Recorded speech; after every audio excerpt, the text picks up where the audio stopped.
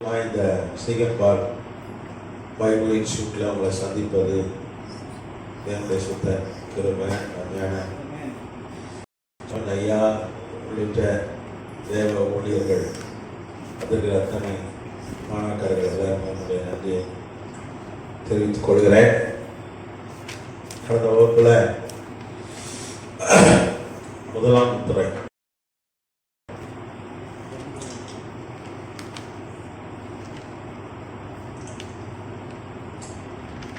First C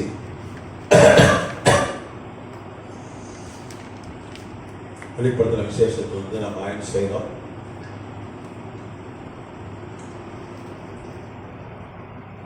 ஹெர்மெட்டிக்ஸ் என்ற பாடம்.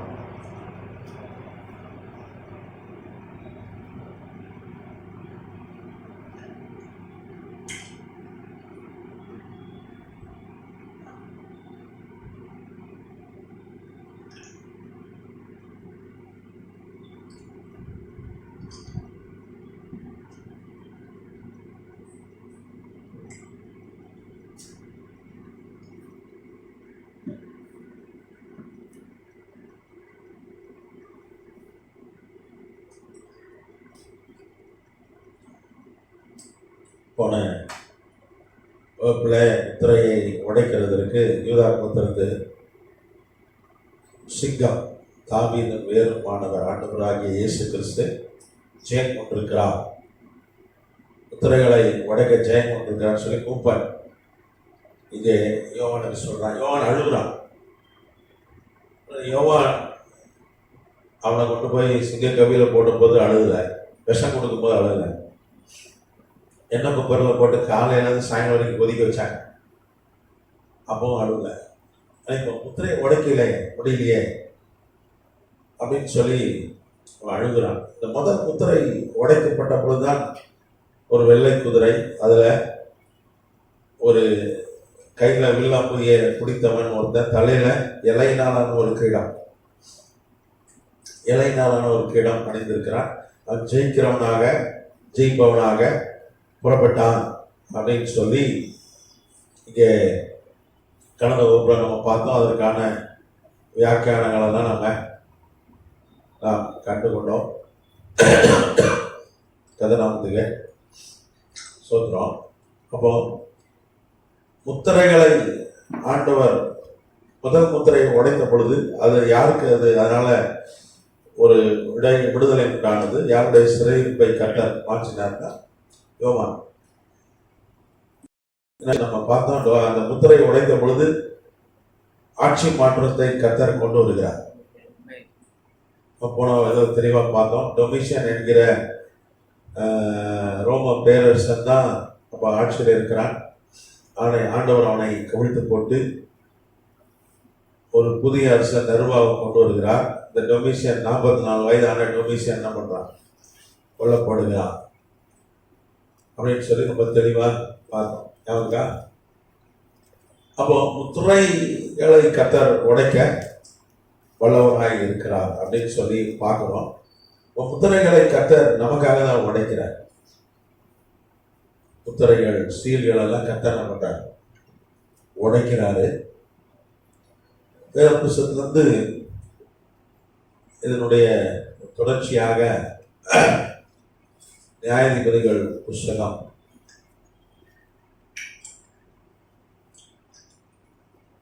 11ஆம் அதிகாரம் 1-2 வசனங்கள். நியாயாதிபதிகள் புஸ்தகம்.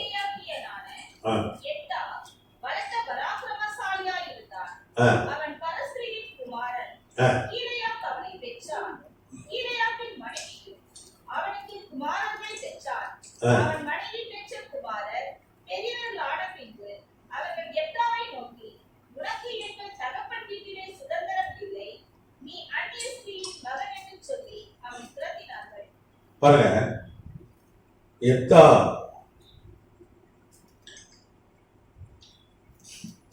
குறித்து இங்க வாசிக்க கேட்டோம்.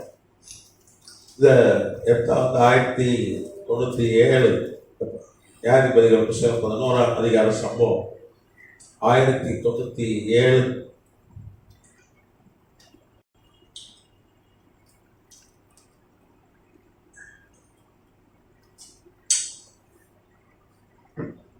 கிமு பிசி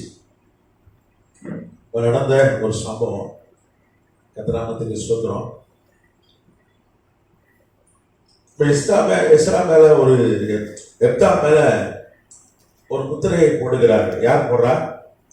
அவனுடைய வீட்டார், அவன் கூட பிறந்தவங்க, அவன் தாப்பா வீட்டார். ஏன்னா என்ன முத்திரனா? சன் ஆஃப் ப்ராஸ்டியூட், வேசியின் மகன், வேசியின் மகன் சொல்லி. ஏன்னா நீங்க பார்த்தீங்கன்னா கிளையாத் தேசம் பார்த்தீங்கன்னா இன்னைக்கு யோர்தான்ல இருக்கு. யோர்தான் ஒரு நாடு இருக்கு, ஜோர்டான் நாட்டில் இருக்கு கிளையாத் தேசம். ஒரு 26-27 லட்சம் பேர் இன்னைக்கு குடியிருக்கிறான். ஒரு 4 கவர்னரேட்டா 4 மாகாணமா பிரிச்சு வச்சிருக்காங்க.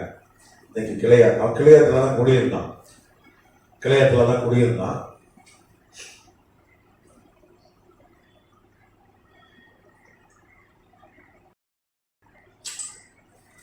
இங்கிலீஷ்ல கிளியா. நீங்க பாத்தீங்கன்னா இந்த கிளையாத் ஊரை சார்ந்தவன் தான் எலியா. கிளையாத் ஊரை சார்ந்தவன் ஆன கிறிஸ்டியனான எலியான்னு போட்டிருக்கல. எலியாவுடைய ஊர் இது. இஸ்ரேல் தேசத்தின் எல்லையில இருக்கிற ஒரு பகுதி. நீங்க பாத்தீங்கன்னா எப்தாவுடைய தந்தையார் ஊர் தான், அங்கதான் பிறந்தான். அவங்க தந்தையாருக்கு நிறைய மனைவிகள், அவங்களுக்கு நிறைய பிள்ளைங்க. ஆனா இவன் மாத்திரம் தான் அன்அபிஷியல் வைஃப். உங்க அம்மா ஒரு வேசியுடைய மகன் என்பதனால இவன் மேல ஒரு முத்திரையை போட்டாங்க. என்ன முத்திரை? வேசியின் மகன். நீங்க பாத்தீங்கன்னா ஒரு கணக்கெடுப்பு சொல்லுது, நிறைய கொலைகள் கோபத்தினாலதான் நடக்கும். திட்டமிட்டு நடக்கிற கொலைகளை விட கோபத்தில் நடக்கிற கொலைகள் தான் அதிகம். அதுவும் ஒருத்தனை வேசியின் மகன் சொல்லிட்டா போதும். அதிக கொலை எதனால நடக்குன்னா, ஒருத்தனை அம்மாவை திட்டா போதும், அறுவாள் அது தெற்கான என்ன பண்ணிடுறான்? ஆமா, அறுவாள் தூக்கிடுறான். இந்த வெட்டுக்குத்துக்கு நிறைய காரணம். ஒருவனை வேசியின் மகன் அப்படின்னு சொன்னா போதும், அது பெரிய வெட்டுக்குத்தா மாறிடும். இங்க எத்தா ஊரே சேர்ந்து, சொந்தக்காரன் சேர்ந்து, நீங்க யோசிச்சு பாருங்க, இந்த ஊரே அவன் சொந்தக்காரன் தான், அவன் தம்பிங்க, அவன் சகோதரன் எல்லாம் சேர்ந்து ஒரு முத்திரை, நீ வேசியின் மகன் அப்படின்னா கூட அவன் கெஞ்சிருப்பான், கதறி இருப்பான். நான் எங்க போவேன், எனக்கு யாருமே இல்லையே, எங்க ஊர் இதானே, நீங்க தானே உறவினர், வேற எங்க எனக்கு யார் இருக்கா? யாரும் இல்லை. கதறி இருப்பான், கெஞ்சிருப்பான். ஒரு முத்திரையை போட்டு அவனை என்ன பண்றாங்க, ஒரு லேபிள். நம்ம ஆளுங்கெல்லாம் லேபிள் போடுறத ரொம்ப கில்லாடிங்க. யாருக்கும் ஒரு முத்திரையை ஒரு லேபிளை போட்டுவான். இவன் சோம்பேறி, இவன் சீக்காளி, இவன் வாழ்க்கையில உருப்படாதவன், அவன் தெண்ட சோறு, இது மக்கள் கிளாஸ் 3. லேபிள் ரொம்ப இங்கிலீஷ்ல தான் அழகா போடுவான். Idiot, Crazy fellow. நீங்க நிறைய லேபிள் முத்திரையெல்லாம் இங்கிலீஷ் முத்திரை தான் நிறைய இருக்கு.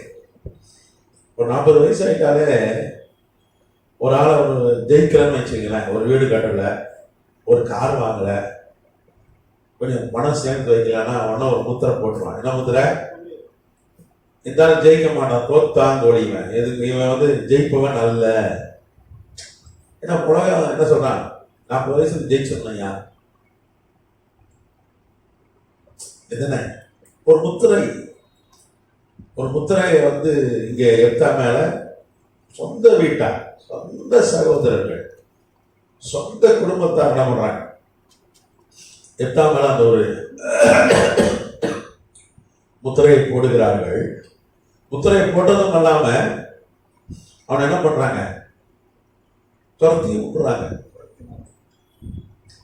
அவனை அடிச்சுதான் துரத்தினாங்க. அவனுக்கு ஆதரவா பேசுறதுக்கு யாருமே இல்லை. ஆனா கண்ணீரோடு தான் அடிச்சு துரத்தினான். இங்க வேதம் சொல்லுது, எத்தனை வாட்டி அவனு சொல்லியிருக்காங்க. ஃபர்ஸ்ட் வசனம் பரஸ்வரின் மகன் குமாரன், ரெண்டாவது அந்நியஸ்திரியின் மகன் துருத்தினாங்க. அது நாமத்துக்கு சோத்திரம். வேற வழி இல்லாம என்ன பண்றான், தோப்பு என்கிற தேசத்துக்கு போயிட்டான். ஊர் பேர் தெரியாத, சொந்தக்காரங்க யாரும் இல்லாத, தெரிஞ்சவங்க யாரும் இல்லாத ஊருக்கு வேற வழி இல்லாம போக வேண்டியதாயிட்டு, அந்த லேபிள் நிமித்தம், அந்த சீல் நிமித்தம் போக வேண்டியதாயிடுச்சு. அதனால வேற வழி இல்லாம அங்க போயிட்டான். தோப்புன்னு ஒரு இடத்துக்கு போயிட்டான்.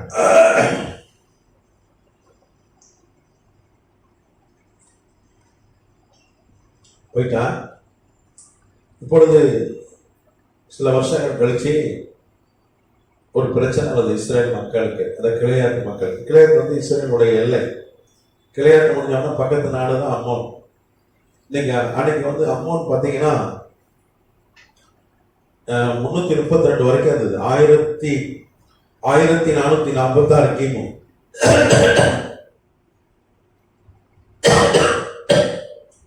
கிமு அம்மோன் தேசம் இருந்தது. இஸ்ரேல் மக்கள் வந்து அன்னைக்கு எகிப்துல இருந்து நாடு இல்லாம கானான் தேச சுதந்திரிக்க மோசே தலைமையில கட்ட அவங்களை விடுதலையாக்கி அற்புதம் செய்து கொண்டு வரும் பொழுதே 1446 அம்மோன் தேசம் இருந்தது. அம்மோன் புத்திர யாருன்னா லோத்து இருக்காங்க.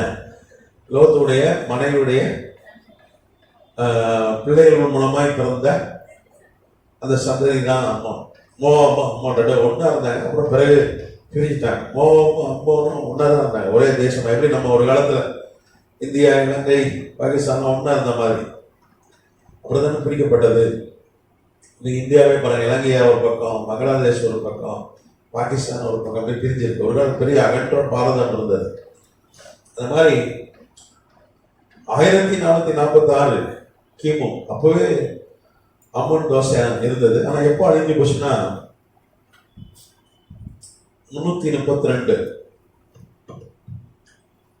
கிமு பிசியில அலெக்சாண்டர் மாமன்னன் படையெடுத்து வந்தான் பாருங்க. கிரேக்கர்கள் படையெடுப்பு.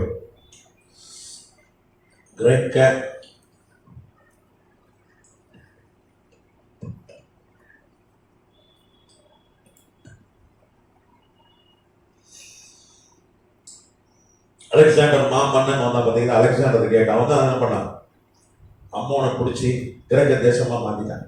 அழிஞ்சு போச்சு. இன்னைக்கு எங்க இருக்குன்னா அம்மோன் தேசம் ஜோர்டான் நாட்டுக்குள்ள இருக்கு. ஜோர்டான், இஸ்ரேல் பகுதியில் ஜோர்டான் ஒரு நாடு இருக்கு. அந்த நாட்டுடைய தலைநகரம் பேர் அம்மோன் தான்.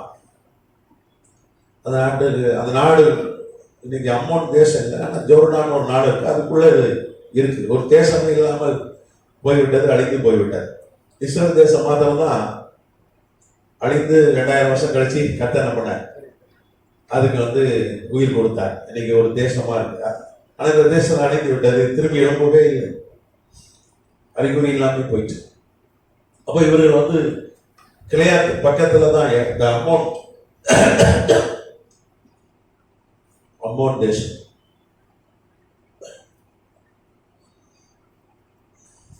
இவன் வந்து பாத்தீங்கன்னா கிளையாட் பக்கத்துல எல்லை. நம்ம இந்தியாவுக்கு எல்லை காஷ்மீர் ஒரு பக்கம், லடாக், பஞ்சாப் எல்லாம் எல்லைகள் இருக்கிற மாதிரி இஸ்ரேலுக்கு இளையாட் ஒரு எல்லை, அம்மோன் தேசம் பக்கம். இப்ப போருக்கு புறப்பட்டு வருகிறார். முதல் எங்க தாக்குவாங்க, எல்லையை தான் தாக்குவாங்க. போர் நடந்தா ஒன்று எங்க எல்லை பகுதி தான் பாதிக்கப்படும், இதற்கு மக்கள் தான் பாதிக்கப்படும். அதே மாதிரி கிளையாத்தா இல்லை. இப்போ அம்மன் புத்திரர் புறப்பட்டு வராங்க. அன்னைக்கு அரசன் கெட்டால், அவன் பேரு, இந்த அரசன் பேர் என்ன தெரியுமா, கெட்டால்.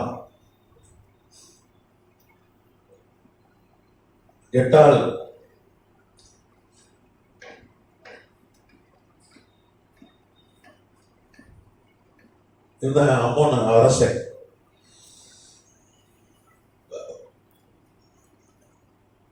பைபிள்ல பேர் இல்லை, ஆனா பைலோ என்கிற வரலாற்று ஆசிரியர்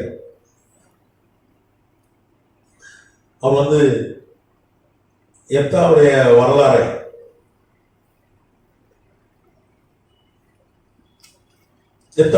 அவர் எழுதியிருக்கார். அவர் பைலோ என்கிற ஒரு வரலாற்று ஆசிரியர், கிரேக்க வரலாற்று ஆசிரியர். அவர் வந்து எப்தாவுடைய வரலாறு எழுதியிருக்கிறாரு. யுனெஸ்கோ அங்கீகரிக்கப்பட்ட அந்த வரலாற்று புஸ்தகம் எப்தாவுடைய வரலாறு அந்த புஸ்தகத்தில் இருக்கு. பைபிளில் மாத்திரம் இல்லை, வரலாற்றுலையும் எப்தாவுடைய பதிவுகள் இருக்கிறது. அதில் தான் அந்த கெட்டால் என்கிற அரசன் பேர் வருது. கெட்டால் அவன் தான் அம்மன் புஸ்தருடைய அரசன். படையெடுத்து வரான். இப்போ என்ன நடக்குதுன்னா, எப்தா வந்து தோப் தேசத்துக்கு போயிட்டான். அங்கே கொஞ்சம் ஆட்கள் என்ன பண்ண தான் கூட கொஞ்சம் வீணர்களை சேர்த்து கொண்டான். இவனே ஒரு வீணை, இவனுக்கு சொந்தக்காரன் கிடையாது, குடும்பம் கிடையாது, ஒன்றும் கிடையாது. கொஞ்சம் வீணர்களை சேர்த்து கொண்டான். கொஞ்சம் ஒரு கேங், கொஞ்சம் வெட்டி ஆஃபீஸர்னு சொல்லுவாங்க 3 பாஷையில். வெட்டியாக சுற்றுற ஆட்களை கொஞ்சம் சேர்த்து வச்சுட்டாங்க. எல்லாம் வெட்டி அதிகாரிகள்லாம் சேர்த்துட்டு அவங்களுக்கு தான் தலைவன் ஆகிட்டான். ஒரு கேங்காக போகிறது, அங்கே போய் சண்டை போடுறது, இதுதான் எப்தா வேலை. அன்றைக்கி தான் பிழைப்பு. தாவீது சிக்கலாக இருந்தபோது பைபிளில் பார்க்குறோம், ஒவ்வொரு இடமா போய் என்ன பண்ணான், தாக்குதல் நடத்தி அதில் இருக்க கொள்ளையெல்லாம் எடுத்துகிட்டு வருவான். அன்றைக்கி அதான் பிழைப்பு. அன்றைக்கி அதுதான் பாணி. ஒரு கேங் வச்சுக்கிறது. அதே மாதிரி ஒரு கேங் வச்சுருக்கான். அவன் வந்து அந்த கேங்கை வச்சுட்டாங்க. அங்கே போய் சட்டை இடையே போட்டு என்ன கிடைக்குதோ அதை எடுத்துன்னு வந்து அப்படியே இவங்கெல்லாம் வாழ்கிறாங்க. அப்படி தான் இருக்கிறாங்க. இப்போ கிளியர் இது அமௌண்ட் தேசம் படையெடுத்து வந்தோம்னா இவங்களுக்கெல்லாம் பிரச்சனை வந்து விட்டது. இவங்களுக்கு சண்டை போட தைரியம் இல்லை. இப்போ என்ன சொல்கிறான், ஒருத்தன் சொல்கிறான், எப்பா தோப்பு தேசத்தில் நம்ம துரத்தி விட்டோமே, அவன் ஒரு பெரிய கேங் வச்சுருக்கான், நம்ம போய் என்ன பண்ணுவோம், அவன்கிட்ட போய் எங்களுக்காக நீ சண்டை போடணும்னு சொல்லி கேட்போம் அப்படின்னு சொல்லி அவங்க தேடி போகிறார்கள். யார் துரத்தி விட்டார்களோ அவர் என்ன பண்ணுறாங்க, கிளையர் மூப்பர்லாம் என்ன பண்ணாங்க, தோப் தேசத்துலேருந்து அழைத்து வர போனாங்க. எப்தா தேடி போறாங்க. எப்தா சொல்றான் 6ஆம் வசனம் பார்த்தீங்கன்னா,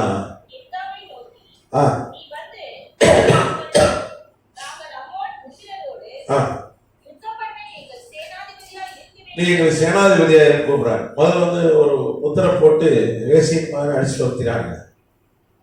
ஆனா இப்ப என்ன சொல்றாங்க, ஒரு சூழ்நிலை வருகிறது, கர்த்தர் அந்த சூழ்நிலை ஏற்படுத்துகிறார். ஏன்னா அவர் தான் முத்திரைகளை உடைக்கிறவர்ல. இந்த கிளையாத்து மக்கள் போட்ட முத்திரையை உடைக்கிற தேவன் அவர்.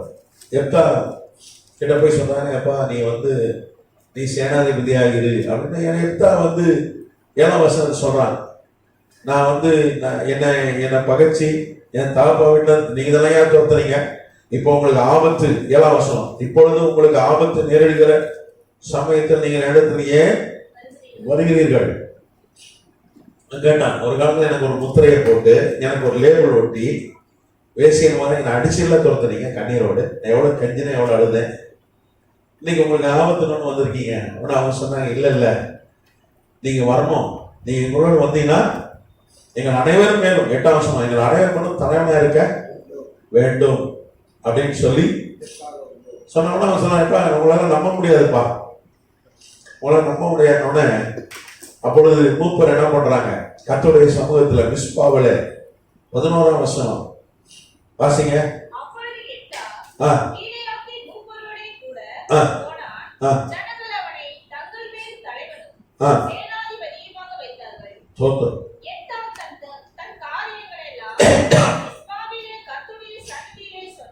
கர்த்தருடைய சமூகத்துல மிஸ்பாவில எல்லாரும் கூடி வந்து ராஜாவா தலைவனா அவர்கள் ஏற்றுக்கொள்கிறார். கர்த்தர் சமூகத்தில் அதை சத்தியம் பண்றாங்க, அதை வாக்கு கொடுக்குறாங்க.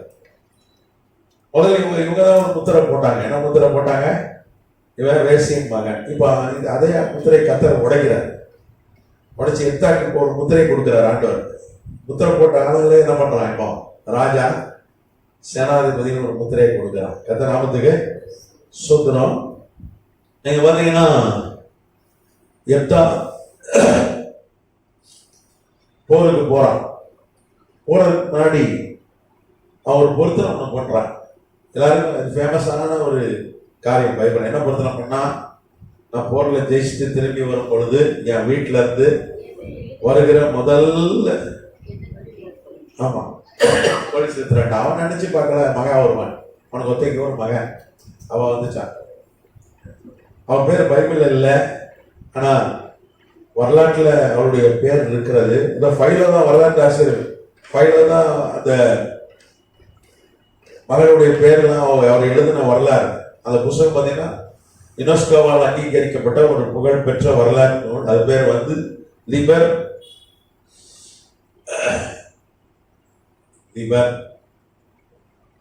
ஆன்டிகுயிட்டேட்டம்.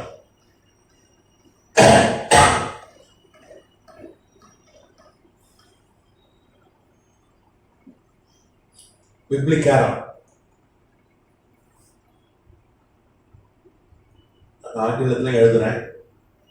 லிபர் ஆன்டிகுயிட்டேட்டம்.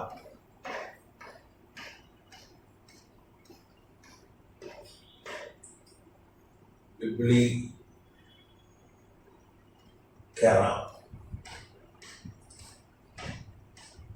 இந்த வரலாற்று நூல்ல தான் எர்த்தாவை குறித்து எல்லாம் பதிவுகள் இருக்கு. அவன் மகள் பேர் என்ன? ஷியலா. எர்த்தா மகள் பேர் என்ன தெரியுமா? ஷியலா.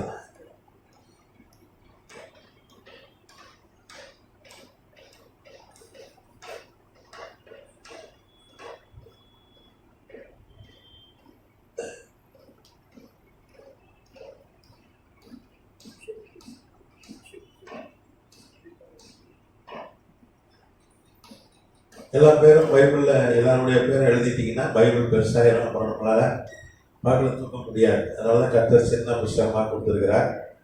அது விளக்கங்களை ஆண்டவரை பரிசுத்தங்களை கற்றுக் கொடுக்கிறார். ஊழியர்களை கொண்டு கற்றுக் கொடுக்கிறார். அந்த சியலா தான் எதிர்க்க வந்தா. அந்த காலத்துல 90களில் சியலான்னு ஒரு கார் இருக்கும். கேள்விப்பட்டிருக்கீங்களா? சியலோ. அதை ஏன் வச்சுங்க? எத்தா மகன் பேர் ஈஸியா. ஆமா, அதை உடஞ்சி போச்சு.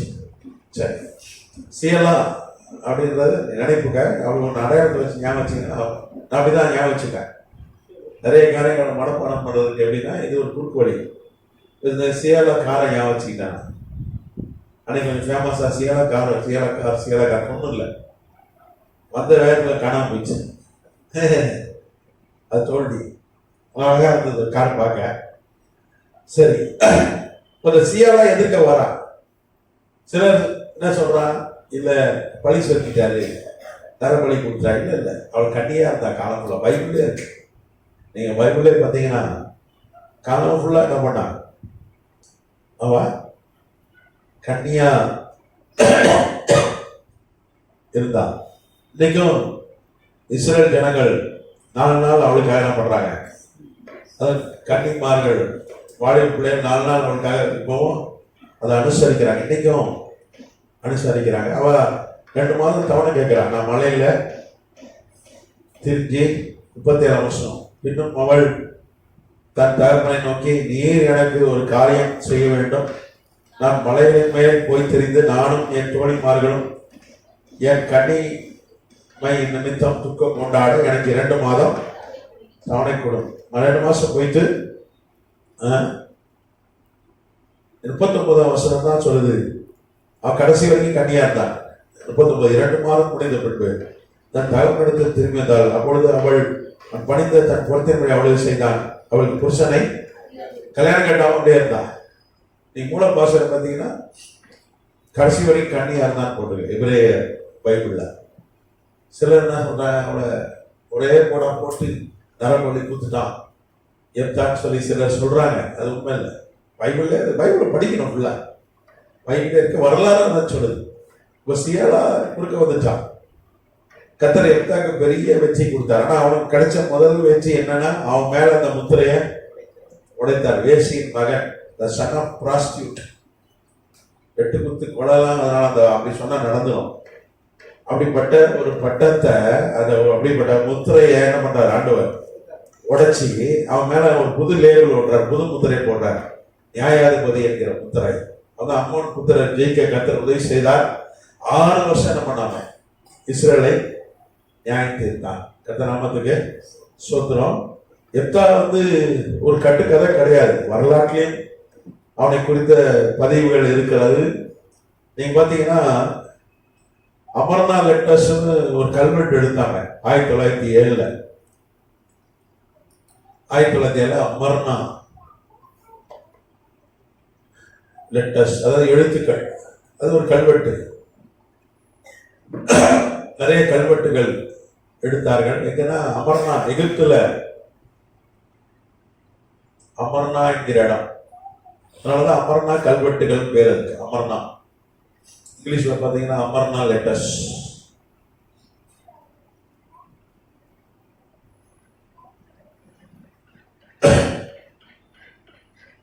அமர்னா எழுத்துக்கள். அதை விஞ்ஞானிகள் நார்வே நாட்டை சார்ந்த விஞ்ஞானிகள் தான் என்ன பண்ணாங்க, 1907 அதை ஆய்வு செய்து கண்டுபிடித்தார்கள். அது அந்த விஞ்ஞானி குழுக்கு தலைவர் யாருன்னா நார்வே சார்ந்த டாக்டர் அலெக்சாண்டர் நுட்சன்.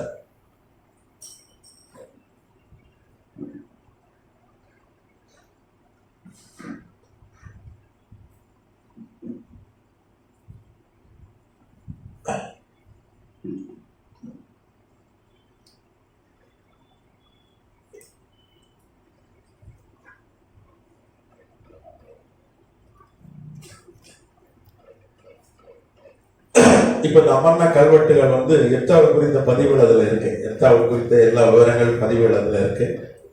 அது எங்க இருக்குன்னா பிரிட்டிஷ் மியூசியத்துல இருக்கு. அமர்னா லெட்டர்ஸ்.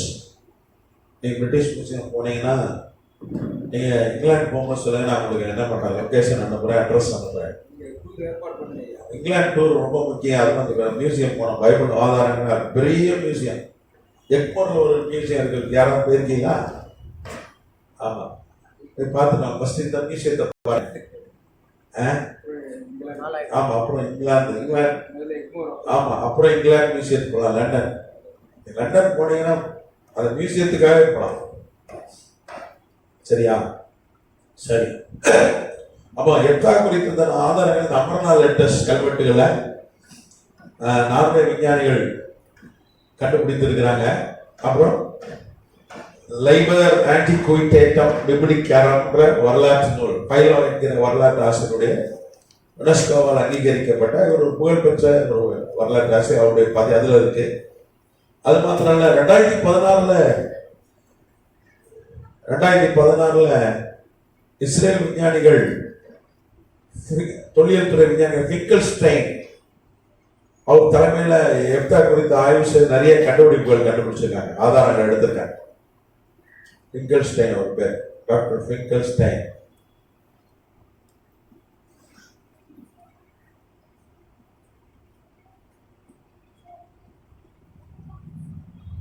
இஸ்ரேல் நாட்டை சேர்ந்தவர். இஸ்ரேல்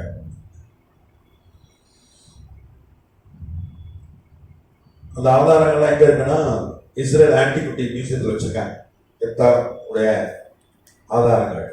அப்புறம் ஒரு வேசி மகனுக்கு வேசி மகனுக்கு முத்திரையை உடைச்சு அரசன் நியாயாதிபதினு ஒரு முத்திரையை கத்தர் அவனுக்கு போடுகிறார்.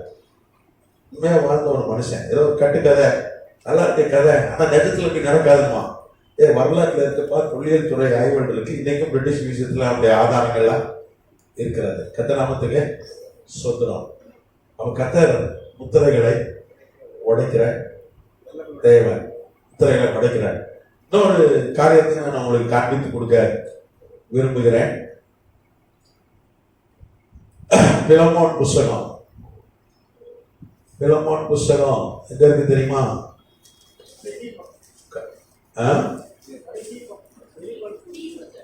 எங்க இருக்கு? தீர்த்துக்கு அடுத்து. பிலமோன் புக் இருக்கான்னு கேட்டுறாருங்க. சிலர் கேட்டுறாங்க, அப்படியா புக் இருக்கா? ஒரு பெரிய ஊழியக்காரர் 10 சபைக்கு மீட்டிங் வச்சிருக்காரு. நானும் ஒரு பாஸ்டர்ஸ் மீட்டிங் போயிருந்தோம். என்னாகமும் சொன்னார் ஒருத்தரங்க. கேட்ட மெதுவாக கேட்டாரு, என்னாகமும் ஒரு புக்கு பைபிள் உண்மையாவே இருக்கா? எனக்கு கொஞ்ச நேரம் கண்ணெல்லாம் தெரியல, இருட்டுச்சு. நான் ஒரு அடுத்து பிரசங்கம் பண்ணணும் அப்படி ரமானுஜி மாதிரி எந்திரிச்சு வந்துட்டேன். இப்படிலாம். ஆனா ஒரு 10 பில்டிங்ஸ் அவ வச்சிருக்காரு. பைபிள். இவரு பின்னாடி போறவங்க கதி என்ன ஆகலாம்? ஆண்டவர் சொன்னாரு, குருடர்கள் உங்க தலைவர் எப்படி இருக்காங்க? குருடர்கள். உங்க தலைமை குருடனா இருந்தா நீ எங்க விழுவ? குழிக்குள்ள விழுவையா? இவனுக்கு கொண்டு போய் எங்க சேர்த்துறாங்க? இவனுங்களும் குழிக்குள்ள விழுறாங்க. பின்பற்றி ஒரு நாட்களையும் குழிக்குள்ள தள்ளிடுறாங்க. சரி, இங்க பிலமோன் 11ஆம் அதிகாரம் 16 வருஷம், அது ஒரு அதிகாரம் தான் இருக்கு. பிலமோனுக்கு எழுதுற நிருபம். இது அழிச்சிடலாமா? போட்டோ எடுமா, போட்டோ எடு. என் உள்ளம் போல இருக்கிற அவனை நீர் ஏற்றுக்கொள்ளும். இங்க பிலமோனுக்கு எழுதப்பட்ட நிருபம் யாரை கொண்டு கர்த்தர் எழுதுகிறார்? பவுல் எழுதுகிறார். அவர் 62 AD 62 ADல கிபில அப்போ வந்து பவுலுக்கு வந்து 56 வயசு, 56. ஏன்னா பவுல் வந்து 6 ADல தான் பிறந்தார். 6 AD கிபில தர்சூஸ்ல பிறந்தார். 56 வயசு. ரோம்ல இருந்து எழுதுறாரு. ரோம் நகர்ல இருந்து பிலமோனுக்கு எழுதுறாரு. பிலமோன் யாருன்னா கொலோசை சபையுடைய தலைவன், கொலோசியர் அப்படின்னு ஒரு நிருபம் இருப்பாங்க. இந்த கொலோசை பட்டணத்துல கொலோசைய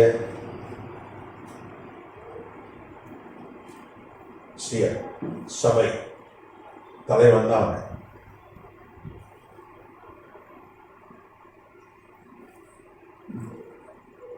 மிகப்பெரிய பணக்காரன்.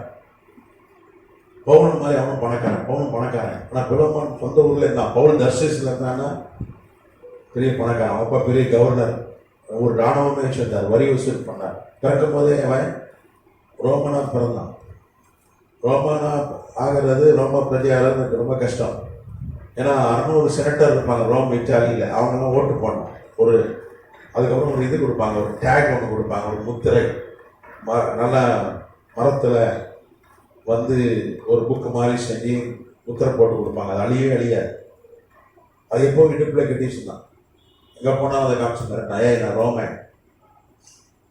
அந்த தளபதி சொல்கிறான், சிசேராவோட தளபதி என்ன சொல்கிறான், எஸ்லேமில் நீ இப்போ பிறவிலே ரோமனா, நான் நடுவில் காசு கொடுத்து வாங்கினேன்.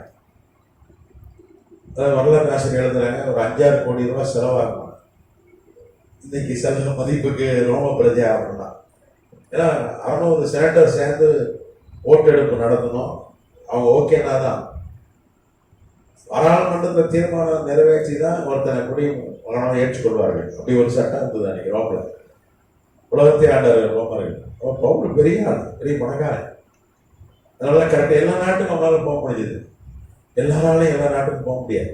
ஒரு ரோம பிரஜையால தான் உலகத்துக்குள்ள போக முடியும். கப்பல்லாம் பிரயாணம் பண்ண முடியாது. அதனாலதான் கர்த்தர் அவனை தெரிந்து கொண்டார். அவருக்கு தெரியும் யாரை தெரிஞ்சுக்கணும்னு. அவரு ஞானத்தின் ஊற்று கரெக்டா பிடிச்சார். மோசையை கரெக்டா பிடிச்சார். அவனை பிடிச்சாங்கன்னா அவன் மிகப்பெரிய படிப்பாங்க. இளவரசன். எகிப்து 22 வருஷம் ஆண்டாங்க. அவங்க அம்மா பெண் பார்வனா இருந்தா. ஹேட்ஷேப் சுட் அவ பேரு. அவளுடைய பாடி இன்னைக்கும் வந்து பிரமிட்ல இருந்து எடுத்து மியூசியத்தில் வச்சிருக்காங்க பாடியை. மோசையோட லக்ஸர்னு ஒரு இடம் இருக்கு. இது எகிப்து சின்ன நாடு தான். எகிப்து போகும்போது சொல்லுங்க, என்ன அட்ரஸ் தரேன், லக்ஸர். உங்களுக்கு அந்த லொக்கேஷன்லாம் அனுப்புறேன். அங்கே போய் பாருங்க, மோசையோடைய ஆதாரங்கள், கல்வெட்டுகள் அவனை குறித்து எல்லாம் ஒரு டூர் அடிச்சுக்கோமா. ஆமா. அடுத்தது வந்து பிராக்டிக்கல். இந்த காலேஜ்லாம் டூர் கூட்டு போறோம். நம்மளாம் எங்க போறோம்? லண்டன், பெர்லின் மியூசியத்தில் நிறைய இருக்கு. இந்த சிரிக்காதீங்க, துட்டு அவர் தர போறேன். நம்ம துட்டுல போக முடியாது, நம்மளோட துட்டு கிடையாது. இந்த சின்ன பிள்ளை சொன்னோம், நாங்க அமெரிக்கா போவோம் அடுத்த வருஷம், இந்த வருஷம் லண்டன் போவோம். ஒரு சின்ன பிள்ளை சொல்லுது, அதுக்கு இருக்கும். அப்பதான் பேசவே கத்துருக்கேன். ஒரு லாலிபாப்பை சாப்பிட்டு அது சொல்லுது, அங்கிள் நாங்க லண்டன் போறோம் அடுத்த வருஷம் அமெரிக்கா, அதுக்கப்புறம் இங்க போறோம் அங்க போறோம். ஒரு ஃபாரின் கண்ட்ரிஸ் பேரா சொல்லுது. யாரை நம்பி சொல்லுது? அவங்க அப்பா, நம்ம அப்பா கூப்பிட்டு போயிடுவாரு. அந்த சின்ன பிள்ளையாதான் நம்ம மாறணும். நம்மகிட்ட எது சின்ன பிள்ளையோட பர்ஸ் இருக்கா, அதுக்கு 10 ரூபாய்க்கு 50 ரூபாய்க்கு வித்தியாசம் தெரியாது. துட்டு எங்க இருக்கு? நம்ம அப்பா அவர் வச்சிருக்க. தேவைக்கு கொடுப்பார். நானும் பார்த்துருக்கேன். தேவை அதிகமா கொடுப்பாரு. தேவை கம்மியா இருந்தா அதுக்கேற்ற மாதிரி கொடுப்பாரு. ஒரு அதிகமாகவும் கொடுத்ததில்லை, குறைவாகவும் வண்டி ஓடும். அன்னைக்கு 1 கோடி ரூபா தேவைன்னா 1 கோடி ரூபா வரும். அன்னைக்கு ஒரு 10 காசு தான் தேவைன்னா 10 காசு வரும். ஏன்னா அது அவரு தான் அங்கேருந்து தான் வருது.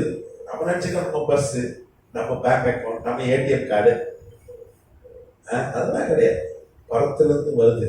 எத்தனாமத்துக்கு அவன் ஒரு பெரிய பணக்காரர். நம்ம அப்பா யாரு? நம்மளோட குடியிருப்பு எங்க இருக்கு? ஆமா, அமெரிக்காக்காரன் இந்தியாவில் வேலை செஞ்சான்னா அவன் இந்த இதில் வேலை செய்வான், எம்பசியில். அவனுக்கு சம்பளம் எங்கேருந்து வரும் தெரியுமா? காரே அங்கேருந்து தான் வரும். அவன் படிக்கிறதுலாம் அமெரிக்கன் ஸ்கூல், இன்டர்நேஷனல் ஸ்கூலில் தான் படிக்கும் பிள்ளைங்க. அவனுக்கு நம்ம ஊர் ரூபாயில சம்பளம் கிடையாது, டாலரில் தான். அது தெரியுமா உங்களுக்கு? அதே மாதிரி தான் நமக்கு அங்கே பரலோக சம்பளம் தான். நமக்கு பரலோக கரன்சி தான். நமக்கு பரலோகம் எல்லாமே பரலோகம். அங்க நம்ம குடியிருப்பு எங்க இருக்கிறது? பிலிப்பியர் 3 வாசிக்கிறோம். நம்முடைய குடியிருப்பு பரலோகம். என்னைக்கு நீ ரட்சிக்கப்பட்டு ஞானஸ்நானம் பெற்று உனக்கு அங்க எல்லாம் அங்கதான். அங்கதான் அக்கௌண்ட் எல்லாமே. ஆமா, சிட்டிசன்ஷிப். இங்க கொலோசை சபைக்கு வந்து தலைவன் யாருன்னா பிலோமன். அவன் வீட்டுல அவன் பெரிய பில்டிங் வச்சிருந்தான். அங்கதான் சபை நடக்குது. கட்டநாமத்துக்கு சொந்தரம். பக்கத்துல லவோதிகேயா சபை இருக்கு. இவன் வந்து ஊழியம் செய்யறான். பவுல் ரட்சிக்கப்பட்டவன். பவுல் பெற்றெடுத்த ஒரு ஊழியக்காரன். பவுல் நிறைய ஊழியரை உருவாக்கியிருக்கான். அதுல இவனும் ஒருத்தன் பெரிய பணக்காரன். அன்னைக்கு அடிமைகள் இருப்பாங்க. அடிமை தனன்றது இப்போ ஒரு 100 வருஷமா தான் இல்லை.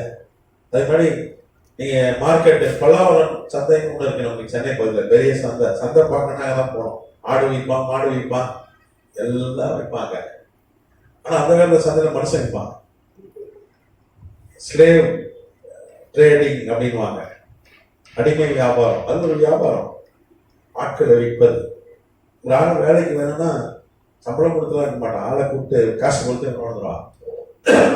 உரிமை கிடையாது. கொண்டு போட்டாலும் கேட்க நாதி கிடையாது. அப்படிதான் இந்த ஒனேசிமா வந்து பிலோமான் காசு கொடுத்து வாங்கியிருக்கான். வரலாறு சொல்லுது. இந்த ஒனேசிமா அவன் பேரு ஒனேசிமா. ஒனேசிமா பத்தான் அப்போஸ்தலனாகிய பவுல் எழுதுறாரு ஆங்கிலத்துல. ஒனேசிமஸ் அப்படித்தான் என்ன பண்றான்? இவன் காசு கொடுத்து வாங்குறான்.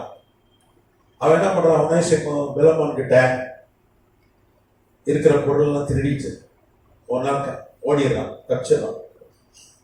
ஈஸியா தப்பிக்க முடியாது, ஆனா தப்பிச்சிடறான். தப்பித்த உடனே இவன் என்ன பண்றான்? கம்ப்ளைண்ட் கொடுக்குறான். இது ரோம பேரரசு உலகத்தை அழைக்கிறது. அவனை செசேரால பற்றி பிடிக்கிறாரு. செசேரா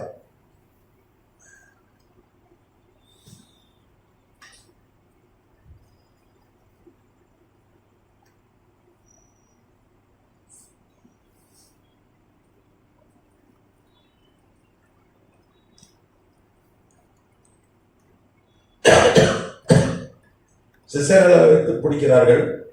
பிடித்து ஜெயிலில் போடுறாங்க. அந்த ஜெயிலில் யாருக்காக? நம்ம அப்போஸ்தலனாகிய பவுலும் ஜெயிலில் இருக்கிறார். எதுக்கு ஜெயிலில் போட்டாங்க பவுலை?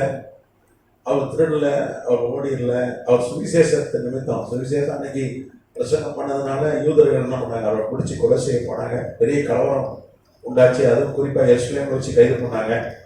அவரை ஜெயிலில் இருக்கார். பவுல் ஜெயிலில் இருக்கார். சுவிசேஷத்தை நிமித்தம் அவர் ஜெயிலில் இருக்காரு. இவன் எப்படி ஜெயிலில் இருக்கான்? அடிமை திருடிட்டான். அதனால ஜெயில். அங்கே பவுல் விசாரிக்கிறார். எல்லாமே சுவிசேஷம் சொல்றாரு சிறைச்சாலையில. அப்ப இவன் சொல்றான், நான் இந்த மாதிரி கொலேசு பட்டணத்துல வந்து வந்துட்டேங்க. எங்க முதலாளி வந்து பிலோமோன் ஐயா தான் எங்க முதலாளி. அப்படின்னா பிலோமோன் அவன் நம்ம பையா, அவன் நான் சுவிசேஷத்தை ரட்சிக்க போட்டா நான் தான் ஞானஸ்நானம் கொடுத்தேன். இன்னைக்கு ஊழியக்காரனா இருப்பேன். என் மகன் தான் அவன். இங்கே ஒனேசிமா ரட்சிக்கப்படுகிறான். பவுல் எழுதுறாரு பாருங்க. கட்டப்பட்டிருக்கையில் நான் பெற்ற மகனாகிய ஒனேசிமா. பவுல் அவ்வளவு சீக்கிரமா ஒரு பயில எடுத்துக்க மாட்டான். மார்க்கே அடிச்சுட்டு வந்துடும். தான் பர்னபாவுக்கும் பவுலுக்கு என்ன பிரச்சனை? மார்க் சுவிசேஷம் எழுதின மார்க் என்கிற அந்த பெரிய ஊழியக்காரர் அவரை ஏற்றுக்க மாட்டேன்டான். பவுல் அவரு நம்ம கூட வரக்கூடாதுதான். அவனை பர்னபா அதெல்லாம் முடியாது. அவன் மார்க் வருவான். மார்க் அவனுக்கு அக்கா பையன் வேற. அவங்களுக்குள்ள கடும் வாக்குவாதம் தான் பிரிஞ்சாங்க. 2 பேரும் சேர்ந்து ஊழியம் செஞ்சவங்க மார்க்கே ஏற்றுக்காதவங்க. மார்க்கு பேர் பட்ட ஊழிய அவங்க மார்க் எழுத சுவிசேஷ நூல் அவன் தான்.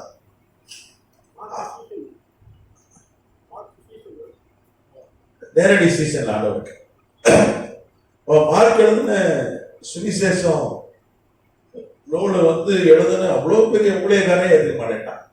நீங்க பைபிளை தொடர்ந்து வந்து நிறைய பேர் ஏற்றுக்க மாட்டான். பேதவே கிடையாது. நேருக்கு நேரம் கேட்டேன். கலாத்தியர் எழுதும்போது கேட்கறான், ஏன் மாய்மாலம் பண்றேன்? பயங்கரமான ஆளுங்க பவுல். அவ்வளவு சீக்கிரமா போய் பெரிய பணக்காரன். அவ்வளவு ஒரு சுப்ரீம் கோர்ட் உடைய சான் ஹெட்ரன், அன்னைக்கு யூத சுப்ரீம் கோர்ட் சான், அன்னைக்கு கமாலியல் தான் தலைவர். அதுக்கப்புறம் இவனை செலக்ட் பண்ணி வச்சிருந்தாங்க. சுப்ரீம் கோர்ட் சான் ஹெட்ரனுடைய தலைமை நீதிபதியை செலக்ட் பண்ணி வச்சிருந்தாங்க. அப்பதான் கர்த்தர் என்ன பண்றாரு, அவனை ரட்சிக்கிறார். சாதாரண ஆள், அவங்க அப்பா பெரிய ஆளுகை, ரோம பிரஜை. அவன் யாரையும் சண்டை பண்ண மாட்டான். ஐயா என்ன போட்டு ஐயா என்ன என்ன சான் ஹெட்ரன், அது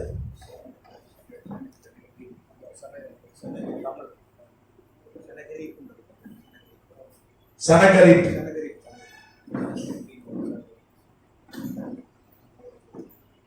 யூத சுப்ரீம் கோர்ட்.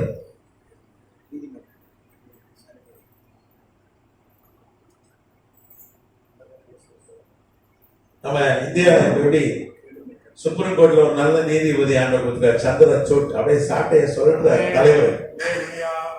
அதுக்காக கத்தர் அவருக்காக ஜெபம் பண்ணோம். பாருங்க, சொல்லிட்டு அடிக்காரு.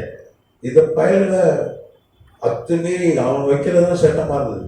போட்டு சாட்டையை குடிச்சிட்டாரு. பாருங்க, எஸ்பிஐ நேரத்தை கொடுத்துட்டான், எல்லாம் கொடுத்துட்டான். யார் யார்கிட்ட டொனேஷன் வாங்கியிருக்காங்கன்னு கொடுத்தான். கடன் வாங்கிட்டு ஏமாத்திட்டு வெளிநாட்டுல ஓடி போனா போயிருங்க. அந்த பயிர்கள்லாம் டொனேஷன் கொடுத்துப்பாங்க போலுக்கு. அதனால பயந்துக்கின்னு நீ ஓடிடு, துட்டை கொடுத்துட்டு ஓடிடு அப்படின்னு சொல்லிட்டாங்க போலுக்கு. அதுதான் பயந்துக்கின்னு இவனுங்க அந்த லிஸ்ட்டை வெளியிடக்கூடாதுன்னு சொல்லி டைம் கேட்டாங்க. எலெக்ஷன் பிறகு எலெக்ஷன் பண்ணால் அதை அப்படியே விட்டுலாம். இப்போ ஒரு பூகம் ஒழிச்சிருமே. அதுக்கு தான் சந்திரசூட் சாட்டையை கையில் எடுத்துட்டான் அந்த தலைமை நீதிபதி. கர்த்தர் நல்ல தலைமை நீதிபதி நான் கொடுத்துருக்கிறார். கர்த்தர் நாமத்துக்கு சோத்திரம். அதே மாதிரி ஹரியானால ஏமாத்துறானுங்களா எலெக்ஷன்ல, அதெல்லாம் கர்த்தர் நல்ல நீதிபதியை கொடுத்துருக்கிறார். ஜூன் வரைக்கும் இருப்பார் அவர். அவரை கர்த்தர் பாதுகாக்கணும். நல்ல நல்ல நீதிபதிகள்லாம் கர்த்தர்னா எழுப்பணும்.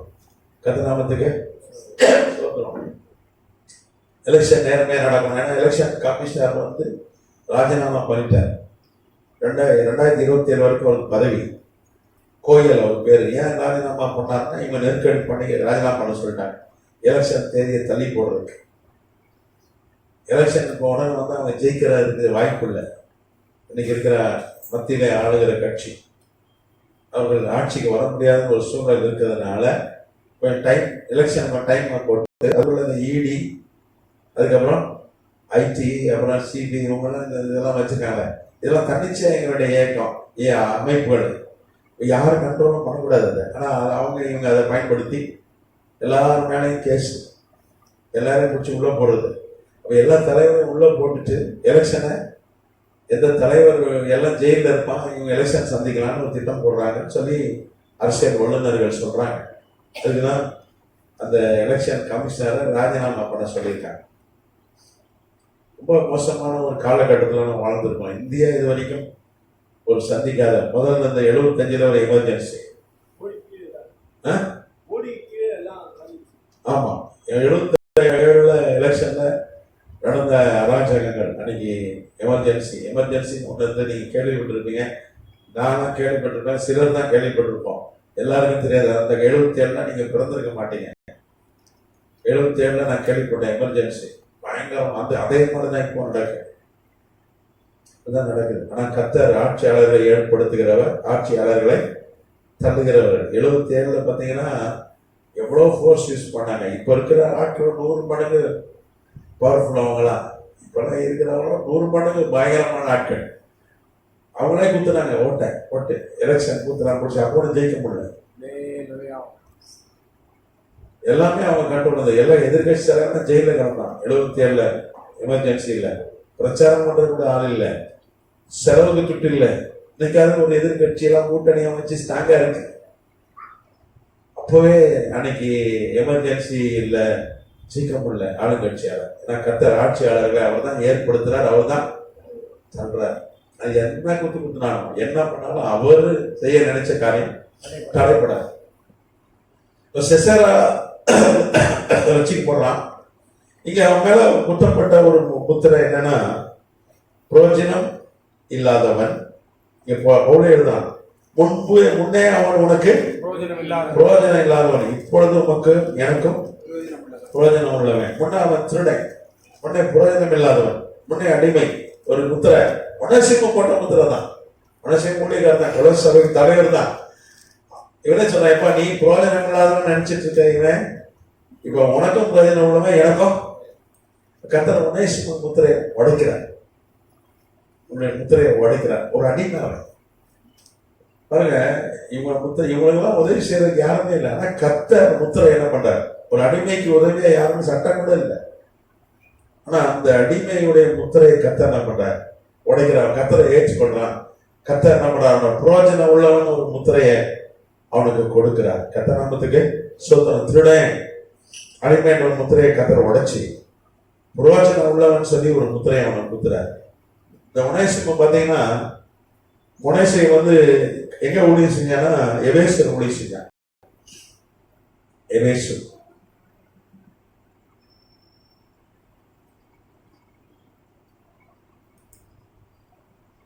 தான் எபேசர்ல தலைவனா இருந்தான். அவன் மறிச்சு போன பிறகு யோவான் எங்க இருந்தார்? 2 வருஷம் யோவான் பத்மத்தீவுல இருந்தார். அவரும் எபேசர்ல தான் ஊழியம் செய்தார். இவன் தான் ஒனேசிமு தான் ஊழியம் செய்தான். அவன் மறிக்கும் போது பார்த்தீங்கன்னா எபேசு சபைக்கு தலைவனா இருந்தான்.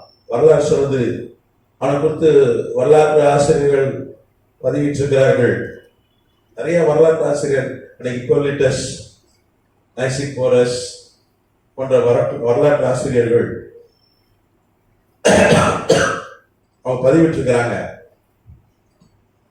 அவன் கிபி 107 ஏடியில மறிக்கிறான். ரத்த சாட்சியா மறிக்கிறான். கல்லெறிஞ்சி அன்னைக்கு ரோம பேரரசன் பெரிய ஊழியக்காரன் ஆயிட்டான். டிராஜன் என்கிற ரோம பேரரசன் தான் அவனை கைது பண்றான். டிராஜன் எம்பரர், ரோம பேரரசன்.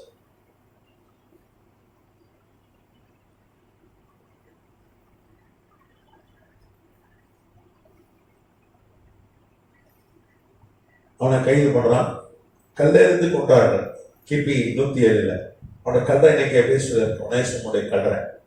சாகும்போது எப்படி செத்தான்?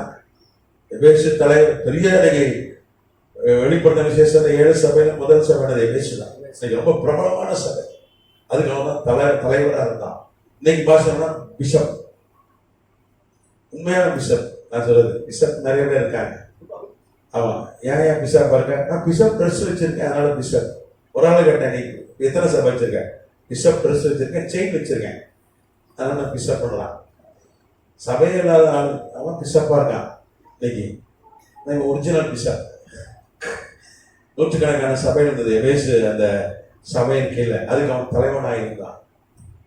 107 கிபி 107 ரத்த சாட்சி. அவனை கல்ல எறிஞ்சி கொண்டாங்க. டிராஜன் ரோம பேரரசன் அவனை கைது பண்றான். அன்னைக்கு 2ஆம் நூற்றாண்டு ரொம்ப ஃபேமஸான ஒரு ஊழியக்காரனா கர்த்தர் ஆசீர்வதிச்சார். ஒரு அடிமைன்ற லேபிள் முத்திரை, திருடன்ற முத்திரை, பிரயோஜனம் அற்றவன். உண்மையா பிரயோஜனம் மாட்டாங்க. ஒரு பிரச்சனை கொண்டு தான் இருந்திருக்கான். ஊழியக்காரனே மனம் எடுத்து அவன் ஜெயில பிடிச்சி போட்டுக்காரன் பாருங்க. அதுவும் பிளோமன் நல்ல ஊழியக்காரன். அவ்வளவு மோசமா இருந்தான். அவன் ஒரு முத்திரை இருந்தது. கர்த்தர் அந்த முத்திரையெல்லாம் என்ன பண்ணார்? உடைச்சி வீசிட்டார். நம்ம தேவன் முத்திரைகளை உடைக்கிற தேவன். நம்ம மேல மனிதர்கள், வீட்டார், குடும்பத்தார், சுற்றி இருக்கிறார்கள் முத்திரைகளை போடுறாங்க. சீக்காளி, கடங்காரன், ஜெயிக்க மாட்டான், உட்படாதவன், தண்ட சோறு. வேற என்ன முத்திரை நீங்க சொல்லுங்க பார்ப்போம். நீங்க காலம் நிறைய கேட்டுருக்கீங்க. பைத்தியக்காரன், பைத்தியக்காரச்சி, விளங்காதவன், சொல்லுங்க பார்ப்போம். பிரோஜனம் இல்லாதவன், இங்கிலீஷ்ல நல்லா அழகா இடியட், நல்லா இங்கிலீஷ்ல நல்லா பேர் வைக்கும். யூஸ்லெஸ் ஃபெலோ, புறம்போக்கு. எல்லாம் முத்திரையை என்ன பண்றாரு? கர்த்தர் வேசியின் மகன் முத்திரையை பெத்தாக்கு உடைச்சு ராஜா என்ற முத்திரையை தரிக்கிறார். பிரோஜனம் இல்லாத திருடன், அடிமை என்ற ஒரு முத்திரையை கர்த்தர் உடைச்சு என்ன பண்றார்? பெரியவே சபைக்கு தலைவனா கர்த்தர் உயர்த்த ரத்த சாட்சியா மறிக்கிற ஒரு பாக்கியத்தை கொடுக்கிறார். இந்த இந்திய கிறிஸ்துவ வரலாறு நமக்கு ஒரு பாடம் இருக்கிறது. அதை நம்ம எடுக்கலாம். அது எனக்கு ஒரு இந்திய கிறிஸ்துவ வரலாறுல பார்த்தீங்கன்னா தவிர்க்க முடியாத ஒரு ஆள் யாருன்னா பண்டிட் ரமாபாய் சரஸ்வதி. பண்டிட்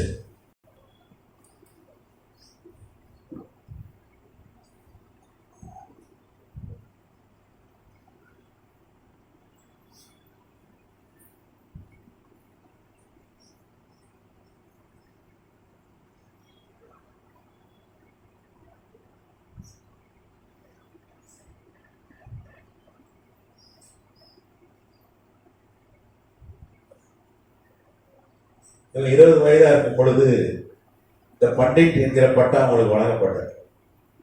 அவங்க 1858 மேங்களூர்ல பிறந்தாங்க. ஒரு உயர்குல பிராமின். அவங்க அந்த பிராமின் குடும்பத்தை சார்ந்தவர். 20 வயசுல 18,000க்கு மேல ஸ்லோகன்கள், அன்னைக்கு சான்ஸ்கிரிட் ஸ்லோகம் அவங்க மதத்துல அதை மனப்பாடமா சொன்னதுனால கல்கட்டா உடைய பல்கலைக்கழகம், இன்னைக்கு கல்கட்டா பல்கலைக்கழகம் இருக்கு, அவங்களுக்கு டாக்டர் பட்டம் கொடுத்துச்சு. அன்னைக்கு டாக்டர்னா பண்டிட்னு ஒரு பட்டம் கொடுப்பாங்க. பண்டிட், அதான் பண்டிட் ரமாபாய் சரஸ்வதி. அவர்கள் வந்து பார்த்தீங்கன்னா 22 வயதா இருக்கும்போது திரும்ப ஆச்சு. ஒரு லாயரை கல்யாணம் பண்ணாங்க. அவர் பேர் பாபு பிபின். அவர் வந்து கல்கட்டா கோர்ட்ல லாயரா இருந்தாரு. அப்புறம் அஸ்ஸாம் போயிட்டாங்க. இந்த சகோதரி பிராமின். அஸ்ஸாம் போன பொழுது அங்க அந்த பகுதியில் ஏர்லான் ஒரு மிஷினரி இருந்தார், ஒரு பெங்கால் மிஷினரி, இந்திய மிஷினரி தான், பெங்கால். அவர் தான் சுவிசேஷம் சொன்னார். அப்பப்போ ஜோம் பண்ணுவார். இந்த மாதிரி நான் ஏற்றுக்கொள்ளலை. லைப்ரரிக்கு போகும்போது தான் வந்து ஒரு நாள் லூக்கா எழுதின சுவிசேஷ நூல் அவங்க அதை எடுத்துட்டு வந்து படிச்சாங்க. கர்த்தர் அவங்களை தொட்டார். கர்த்தர் நாமத்துக்கு ஸ்தோத்திரம். அவங்க அப்படியே சூழ்நிலை இருக்கும் பொழுதுதான் அவங்க கிறிஸ்துவங்களை வரல, அப்படியே இருக்காங்க டைலமால. அவன் கணவன் மறைச்சு போயிட்டார். ஒரு கொடிய ஜுரம் வந்து மறைச்சிட்டாரு.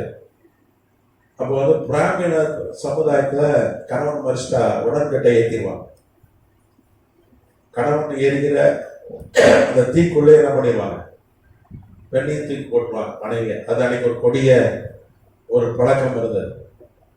அதுக்கு பேர் சத்தி அப்படின்வாங்க. அது வட இந்தியாவில் ஜாஸ்தியாக இருந்தது. நீங்கள் பார்த்தீங்கன்னா திருநெல்வேலியில் ஊசி கோபுரம்னு ஒரு பெரிய பாளையங்கோட்டையில் ஒரு பெரிய சர்ச் இருக்கும். யாரெல்லாம் பார்த்துருக்கீங்க? ரொம்ப பெரிய சர்ச். அது ஒரு பிராமண சகோதரி தான் கட்டினாங்க. அவங்க பேர் எனக்கு டக்குன்னு மறந்துச்சு. அவங்க எப்படின்னா அவங்கெல்லாம் நெருப்புல தூக்கி போட்டாங்க. கணவன் மறிச்சிட்டாரு, நெருப்புல தூக்கி போட்டுறாங்க. அந்த பக்கம் வந்து ஒரு வெள்ளக்கார அதிகாரி அந்த வழியா பார்த்துருக்காரு. இந்த அம்மா அளவு சத்தம் கேட்டு தீயிலிருந்து காப்பாற்றி கொண்டு வந்தாரு, இவங்களாம் அடிச்சு போட்டு. அந்த அம்மா அப்புறம் கலெக்டராக வந்தார் திருநெல்வேலிக்கு, அந்த வெள்ளக்கார அதிகாரி. இந்த அம்மாவை கல்யாணம் பண்ணிக்கிட்டார், அந்த விதவைய. அந்த அம்மா கத்தரை ஏற்றுக்கொண்டு அந்த அம்மா கட்டி கொடுத்த சர்ச்சு தான் ஊசி கோபுரம். பாளையங்கோட்டையில் மிகப்பெரிய சர்ச் ஒன்று இருக்கு, ஊசி கோபுரம் சமாளிக்க சொல்லுவாங்க. Cathedral, Tirunelveli cathedral. நீங்க யூடியூப்ல கூட பாருங்க, பெரிய சர்ச். அந்த அம்மா கட்டி ஒரு பிராமண சகோதரி தான் கட்டி கொடுத்துச்சு. பிராமண விதவை தான். கத்தநாமத்துக்கு ஸ்தோத்திரம். அந்த சபை பார்த்தீங்கன்னா நிறைய ஊழியர்கள் வந்து எழுந்திருக்காங்க. நம்ம சிஎஸ்ஐ சபை என்று சொல்கிறோம். இன்னைக்கு சிஎஸ்ஐ கிட்ட இருக்கு. ஒரு காலத்துல நிறைய ஊழியர்கள் நிறைய எழுந்திருக்காங்க, நிறைய பேர் ரட்சிக்கப்பட்டிருக்காங்க. கத்தநாமத்துக்கு ஸ்தோத்திரம். இந்த பண்டிட் ரமாபாய் அப்படிதான் உடன்கட்டை ஏற மறுத்து விட்டார்கள். பிராமண விதவைகள் கட்டாயம் தீல தள்ளிடுவாங்க. நம்ம அப்போ நம்ம சுதந்திர போராட்ட வீராண்மை கொஞ்சம் புரட்சிகரமான சிந்தனை முடியாதுன்ட்டு அவங்க எல்லாம் ஒதுக்கிட்டாங்க.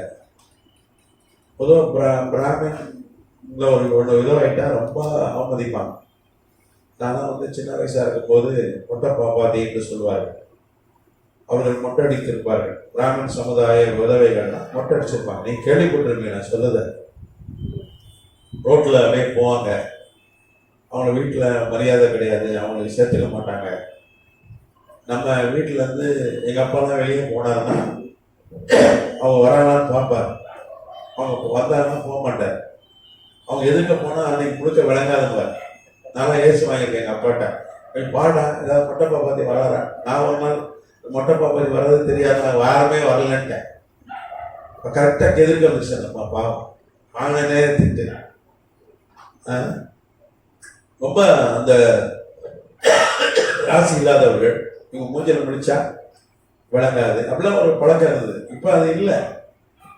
நம்ம சென்னை நல்லா வந்து இன்னைக்கு வளர்ந்துருக்கிறதுக்கான கத்தர் நன்றி சொல்றேன். அன்னைக்கு அந்த பழக்கம் இன்னைக்கு இல்லை. இன்னைக்கு விதையை வந்தா அன்னைக்கே சென்னை நகர்ல அப்படி ஒரு பழக்கம் இருந்தது. எங்க அப்பா பார்த்து நான் பார்த்துருக்கேன்.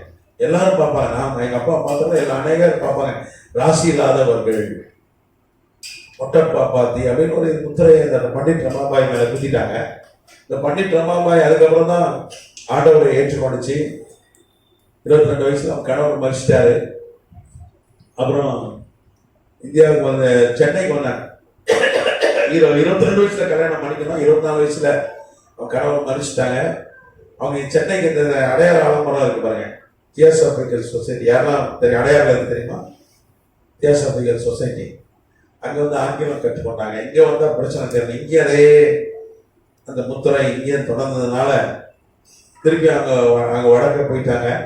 25 வயசுல அவங்க ஞானஸ்தானம் போயிட்டாங்க. ஆண்டவர் ஏற்றுக்கிட்டாங்க. ஆண்டவர் ரட்சிக்கப்பட்டாங்க. டீன் வில்லியம்ஸ் ஒரு பாஸ்டர் தான் அவங்க ஞானஸ்தானம் கொடுத்தாரு. அதுக்கப்புறம் இந்தியாவில் இருக்கக்குள்ள அவங்களால யாரை பார்த்தாலும் இந்த முத்திரை, மொட்டை பாப்பாத்தி, விதவை, ரொம்ப கொடிய அந்த முத்திரையினால அவங்களால அவமான அசிங்கம் இருக்க முடியல. இங்கிலாந்துல ஒரு வேலை கிடைச்சது, சான்ஸ்கிரிட் டீச் பண்ற வேலை. அங்கே போயிட்டாங்க.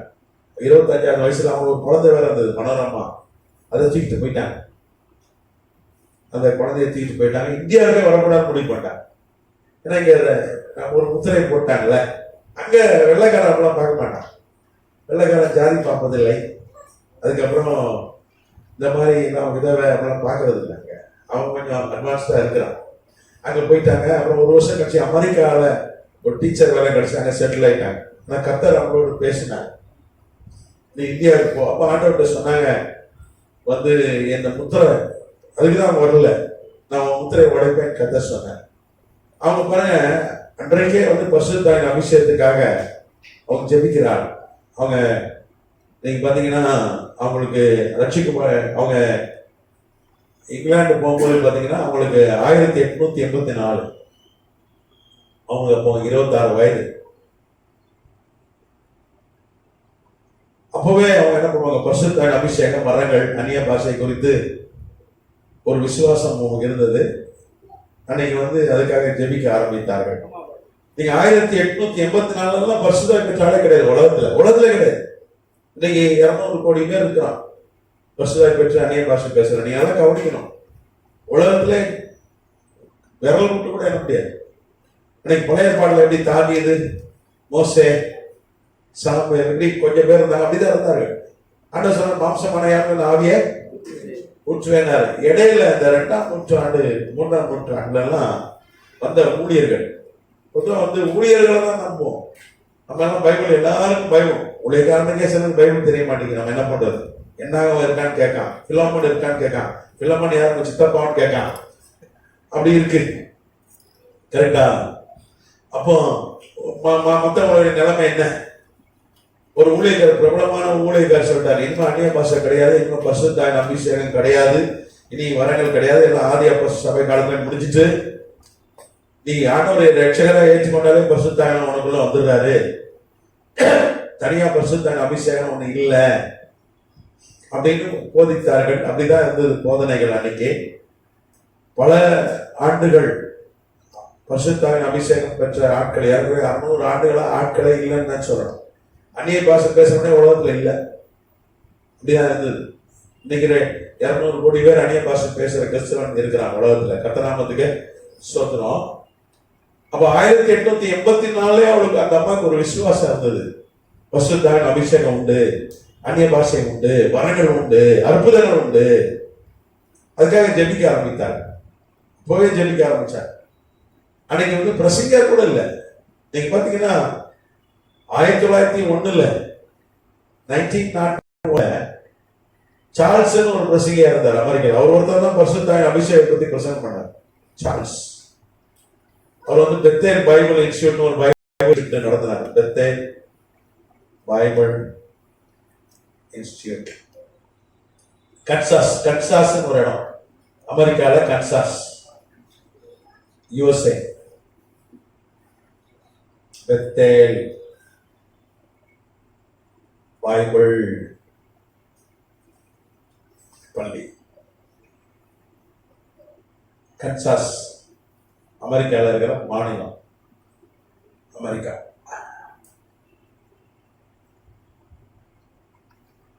ஆயிரத்தி தொள்ளாயிரத்தி ஒண்ணுல அப்போ பரிசுத்தாய் பெற்றாலே அமெரிக்கால கிடையாது. கரெக்டா ஜனவரி 1ஆம் தேதி மாலையில வாக்குத்தத்த கூட்டம், அந்த வருஷத்துக்கான வாக்குத்தத்த கூட்டம். இவர் பிரசங்கம் பண்ணும் பொழுது ஆக்னஸ் ஒரு நர்ஸ் அந்த கூட்டத்துக்கு வந்திருந்தாங்க. அவங்க பரிசுத்தாய் அபிஷேகம் அவங்களும் பரிசுத்தாய் பெற்றாங்க. 1901 உலகத்துல பரிசுத்தாய் பெற்ற ஒரே ஆள் யாருன்னா அவங்க தான். உலகத்துல நான் சொல்வது ஆக்னஸ். அவங்க 3 நாள் இங்கிலீஷை மறந்துட்டாங்க. அவங்க ஆங்கிலம் பேசுகிறாங்க. அமெரிக்கால என்ன பண்ணி ஆங்கிலம் தானே, இங்கிலீஷ் தானே, இங்கிலீஷே மறந்துட்டாங்க. 3 நாள் அவங்க சீன பாஷையில அன்னைக்கு அந்நிய பாஷையை பேசினார்கள். சீன மொழி எழுதினாங்க 3 நாள்.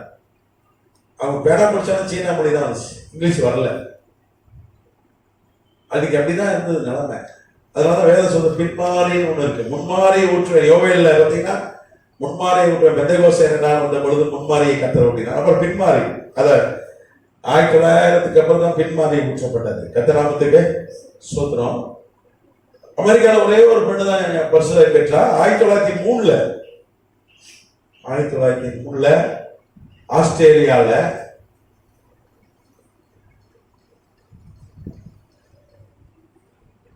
ஆஸ்திரேலியால டோரே அப்படின்னு ஒரு பாஸ்டர் இருந்தார். வேல்ஸ் நகரம், வேல்ஸ்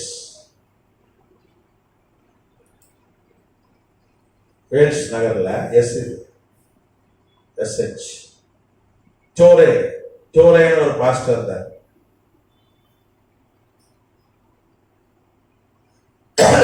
அவர் தலைமையில பெரிய எழுப்புதல் 1903 ஆஸ்திரேலியால வந்துச்சு. 1 லட்சம் பேர் பரிசுத்தை பெற்று அந்நிய பாஷை பேசினார்கள். அதை நம்ம கேள்விப்பட்டுச்சு. ஆனா ஆண்டவர் அவர் அம்மாவை அவங்க போனாங்க. ஒரு 30 வயசுக்குள்ள இந்தியாவுக்கு வந்துட்டார். பாம்பே போய் செட்டில் ஆச்சு.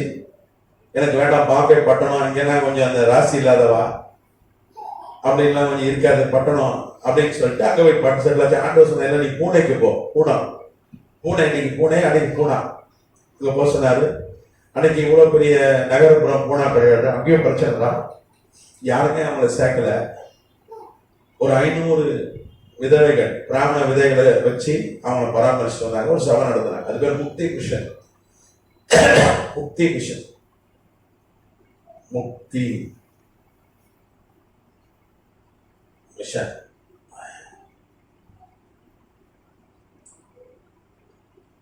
500 பிராமண விதவைகள், இவனை மாதிரி மொட்டை பாப்பாத்திகள். வேற யாரும் வரல இவங்க கூட. யாரும் இவனை மதிக்கல. ராசி இல்லாதவன் இவன்கிட்ட போயிருந்தேன் யாரும் வரல. அன்னைக்கு அவளை வச்சு சபை நடத்தினாங்க. 1905 ஜூன் மாதம் 30ஆம் தேதி, ஜூன் 30, 1905 ஒரு நாள் மாலை வேளையில பரிசுத்தாய் பிரசங்கம் பண்ணும் போது 500 மொட்டை பாப்பாத்தி மேல அத்தனை பிராமண விதங்களுக்கு பரிசுத்தாவியார் இறங்கினார். 500 பேர் அந்நிய பாஷை பேசினாங்க. தொடர்ந்து 3 நாள் பேசினாங்க. ஊர்க்காரன் ஏற்கனவே காரி துப்புறான், ஏற்கனவே அடிச்சுதான் ராசி இல்லாதவங்க விதவை கூட்டம்பா.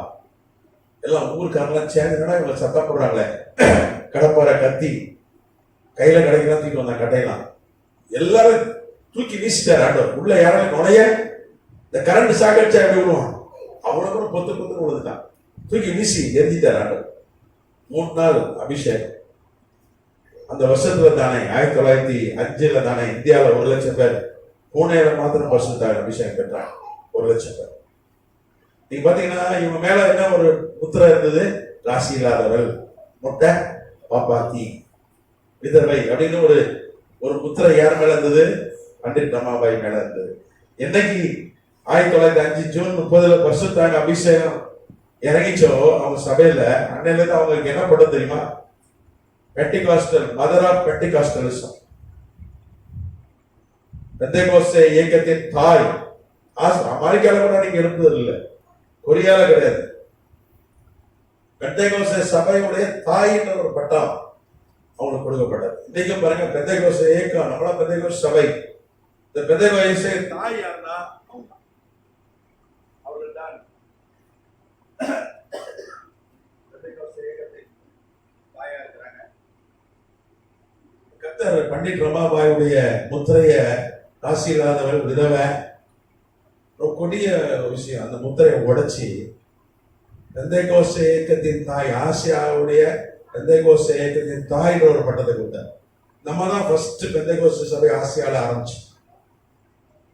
எப்படி பேதுரு ஆதி திருச்சபை மாதிரி ஒரு பேதுரு மாதிரி கர்த்தர் இந்த பெண்ணை பயன்படுத்தினார். கர்த்தர் நாமத்துக்கு ஸ்தோத்திரம். ஆண்டவர் முத்திரைகளை உடைக்கிறார். நம்ம மேலையும் யாராவது ஏதாவது ஒரு முத்திரை போட்டு வச்சிருக்காங்க, நம்ம சுத்தி இருக்கிற ஆட்கள், அந்த முத்திரைலாம் கர்த்தர் நம்ம உடைக்க வல்லவராயிருக்கிறார்.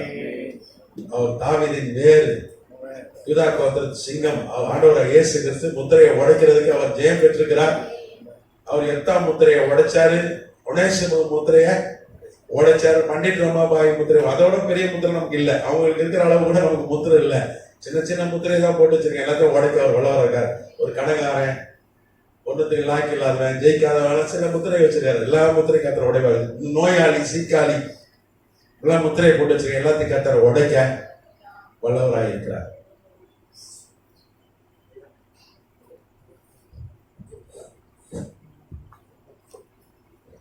அந்த சார்லஸ் அவங்க இதுல யாரு, இந்த ஆண்ட்ரஸ் அவங்க